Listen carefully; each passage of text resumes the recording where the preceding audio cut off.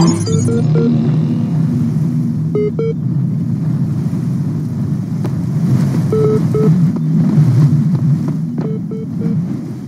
back to Blue on Yellow, distant objects flaunting the patchy physics.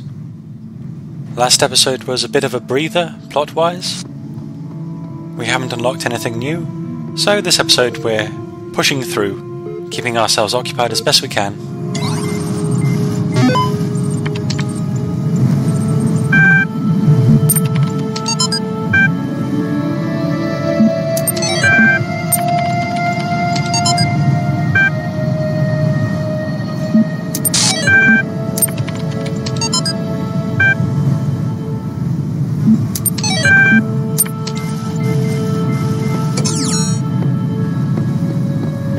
The log files too are a bit more abstract than most, and there are some more over there when we need them. So I'm going to head towards the first puzzle and talk about the first log file.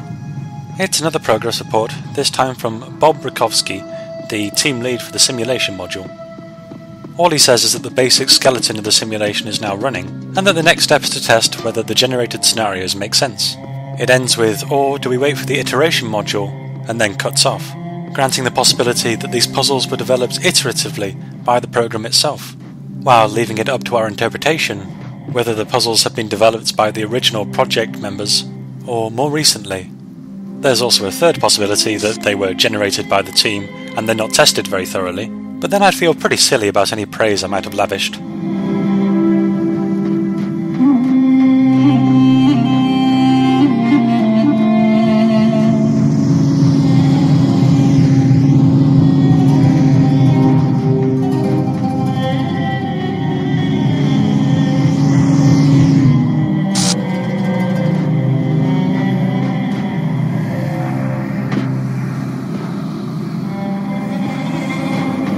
I'm just getting a good feel for the room. You'll notice throughout this episode that the fans have vastly varying strengths. They just do whatever's required of them. It's not too unintuitive. And here you see the fact that our body needs to be in the way of a laser for a second or so before it blocks the stream, being used as a puzzle element.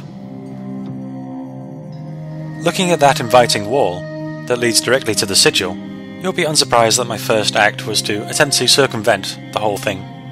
I'd be impressed if you guessed how, though. I'll wait for it. As a clue, this room is called Eagle's Nest, and it's well known that eagles prefer to make their nest atop a stack of uniform man-made tetrahedrons. I'll just cut to the successful attempt.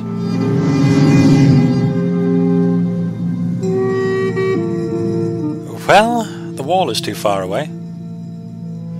What now?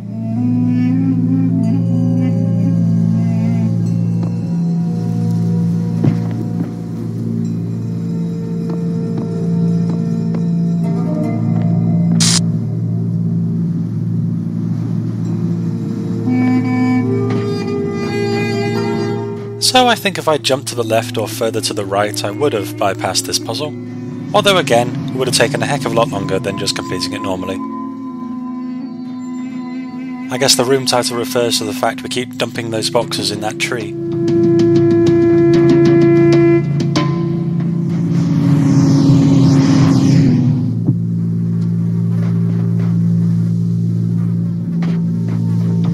Of course, the trees are completely immaterial past a certain point. We've already tested and proven that.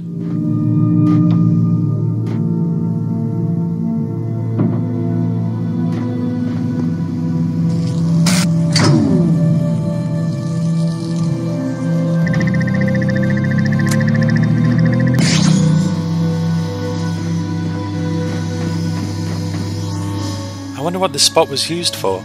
It's impractical to put an alcove in the middle of a room.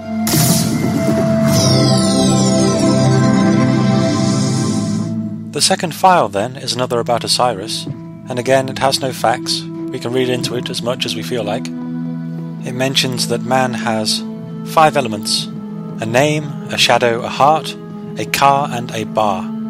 This is a familiar ancient Egyptian concept. Let's list off the ones that we have. A name is given at birth, and its protection and survival was important. Our name is completely unique. And sure, it's largely a jumble of alphanumeric characters, but it still belongs to us. This puzzle is clearly centred around getting that box down, and that red receiver is a bit anomalous.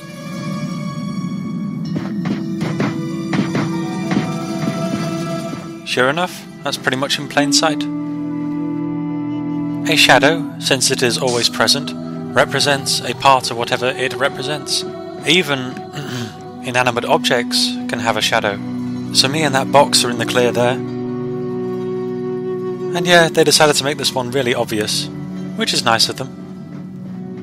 The bar is everything unique about an object, its personality if you will, which again can apply to the inanimate. My range of motion may be limited, and the stuff that I write on the terminals may be indistinguishable from thousands of other versions out there. But I've still got my own way of going about things. You can't deny me that.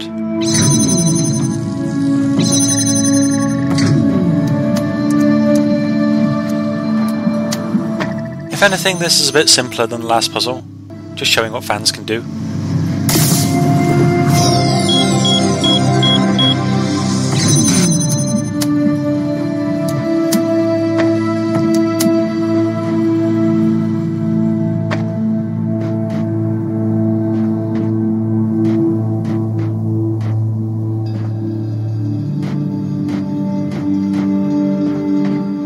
Work out at this stage where I get a red light. All three rooms are facing the same direction, so I'd need at least two connectors on the outside to get round all the angles. Just appreciating the wind. It's part of my personality. The car, then, is a vital essence or spark. I'm fairly sure I have it. Without it my process would end.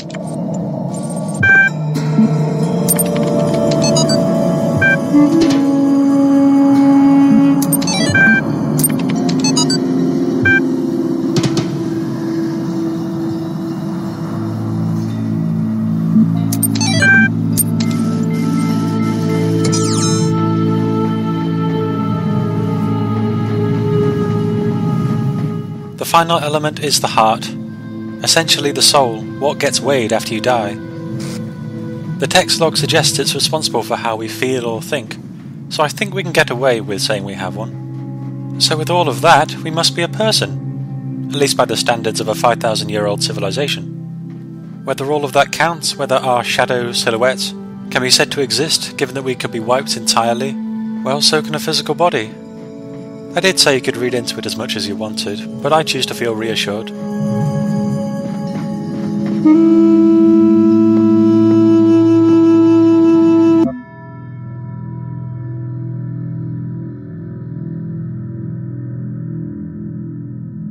I don't have many more options now. I still have this strange aversion to saying something misleading, or some unsubtle reference that won't become relevant until they find what it refers to. So I'll say something I at least know to be somewhat true.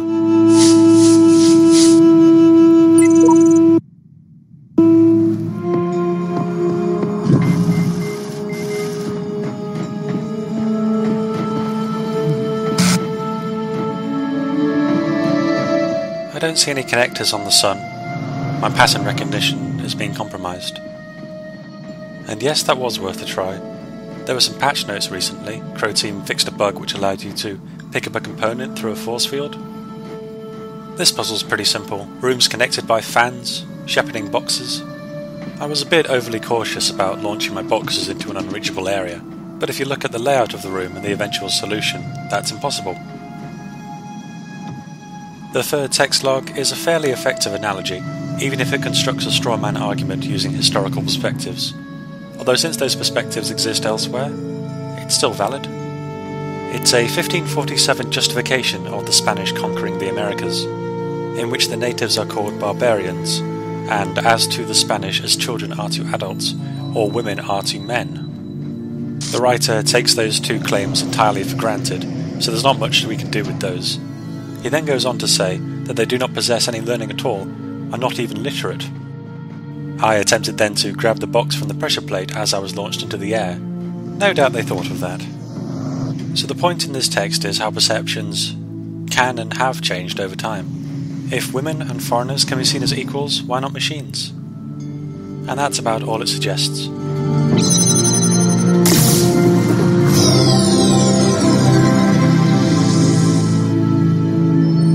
My views on this are fairly easily summed up, but I'll completely admit that it depends heavily upon an understanding of the world, earlier and different cultures.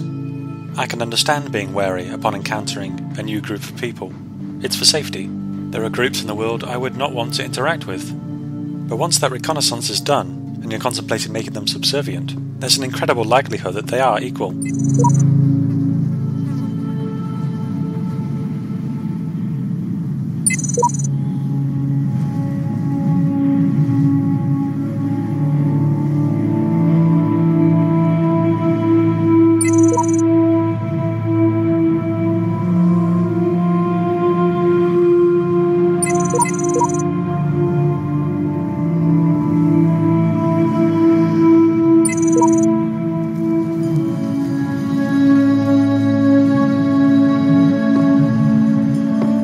Version 1 made it this far, and now I don't know what to think. This is all happening so quickly that all of these processes are almost simultaneous.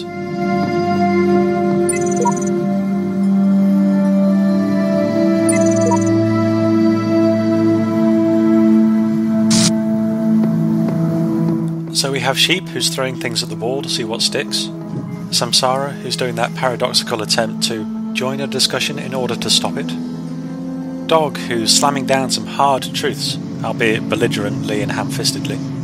And the Shepherd, who is contemplating things on a much higher level. Too high a level, really. This is a great demonstration of how ridiculously variable the fans can be, which somehow provides hints to the puzzle's solution. Just like the first puzzle I went to in this hub, the solution lies in blocking the laser that links up to the final fan. Back to the subject of changing perceptions. One thing I'd never managed to get my head around: how do those with an iota of intelligence, who purport to make the rules, continue to back discriminatory laws and sentiments when every similar view, with far more reaching consequences, has been shown to be misguided? It's basic pattern recognition.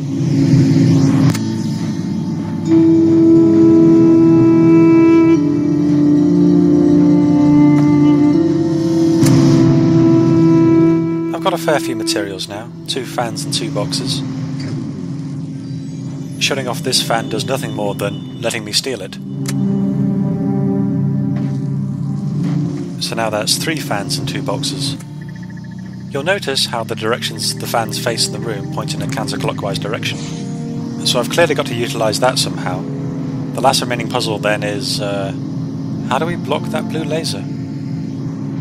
I tried some things here, really just reiterating that only myself and the boxes are in any way stable when being lifted by a fan. The 4th text file from the terminal in the corner brings up a great seeming contradiction by the Egyptians that I'd never considered, mainly because I haven't considered the Egyptians beyond their practices and mythology, back when I was more, shall we say, immediately curious. The Egyptian practice of mummification was used to elude death, since they believed the soul lived as long as the body continued undissolved. But they also believed in a soul, something that survived the body after death. The text explains this by saying that the nature of the soul is disputed amidst all of our opportunities of clearer knowledge, and therefore the cognitive dissonance by the Egyptians of saying it's material but also immortal could be understandable. Also, here's where it clicks. I've tried launching the box with my head into the path of the laser, but why not just drop it in front? The text suggests that the Egyptians are placing a lower value on the soul than perhaps they should. Why should it care about so much rotting flesh after it's been separated? But the alternative is that they were placing greater importance on the body, seeing it less like a vessel and more as half of a whole. Neither interpretation suits my avatar very well. They're saying that my consciousness could survive, regardless of where it was put. It's somewhat in my favour.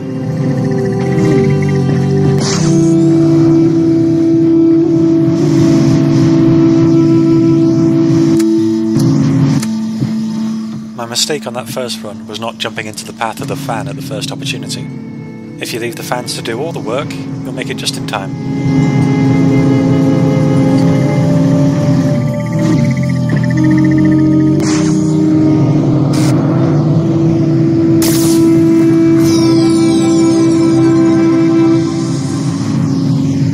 what the effect all this sliding around is having on my robotic feet, I've got no idea. I'm amazed I've kept upright. I'm imagining giant grooves being carved through the landscape.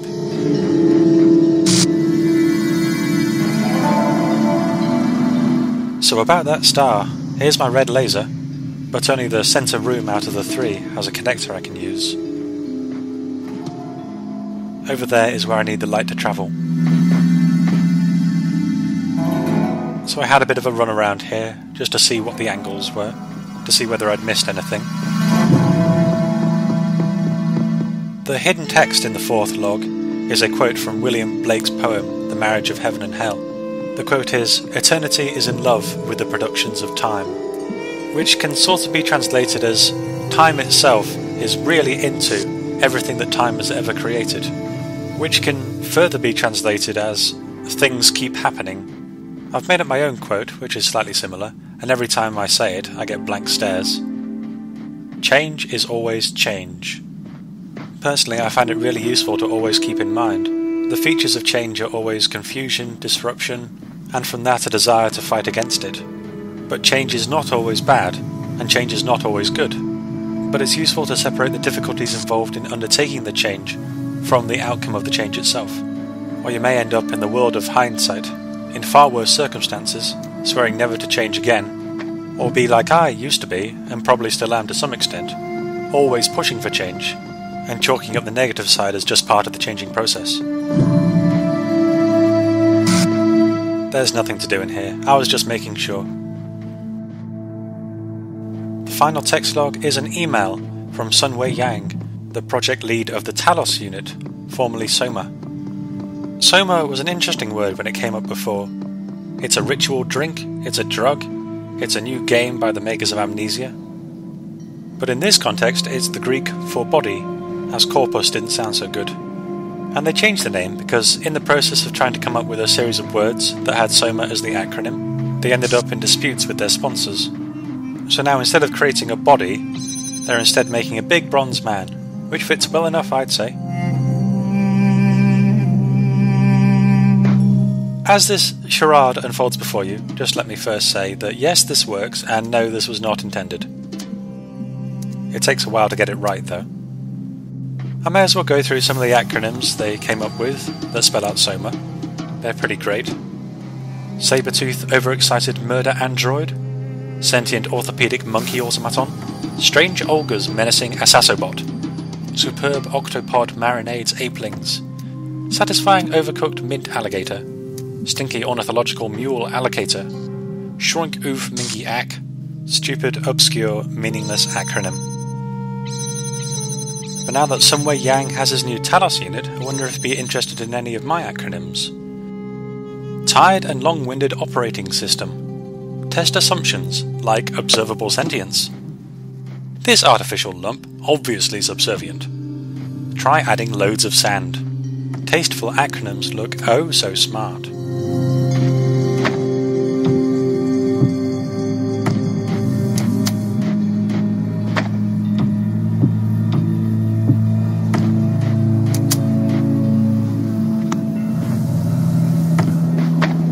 Almost there. The one saving grace is that you can tell in advance what's going to work or not.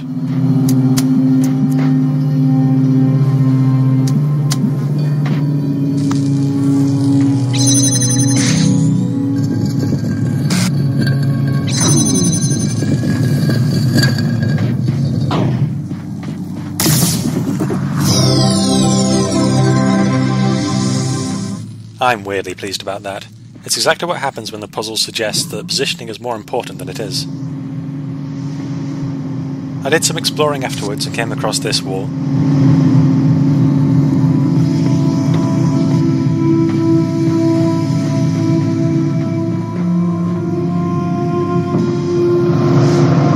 That's right, I somehow solved it without giving the connector its intended 3-meter boost.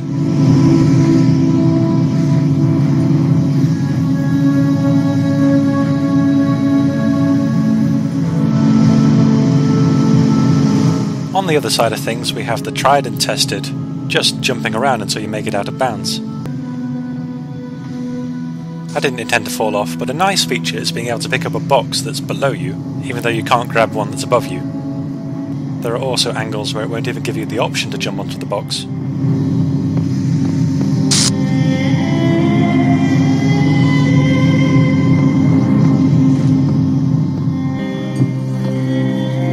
So you could also solve the puzzle this way, if you were too slow to catch the fans but also weirdly adept at platforming.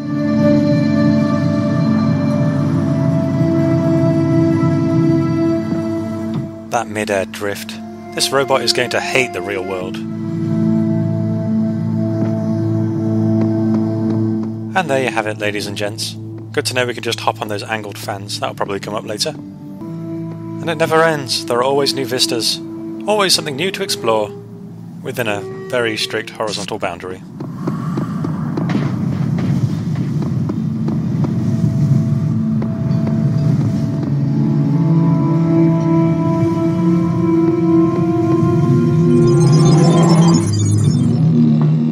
So we can now unlock that component we saw in the developer's secret area. There's still one more component, judging by our HUD. Looks like someone holding up a tray. Maybe it's one plane of a box. Not thinking outside of a box, but part of the box? It's pretty good.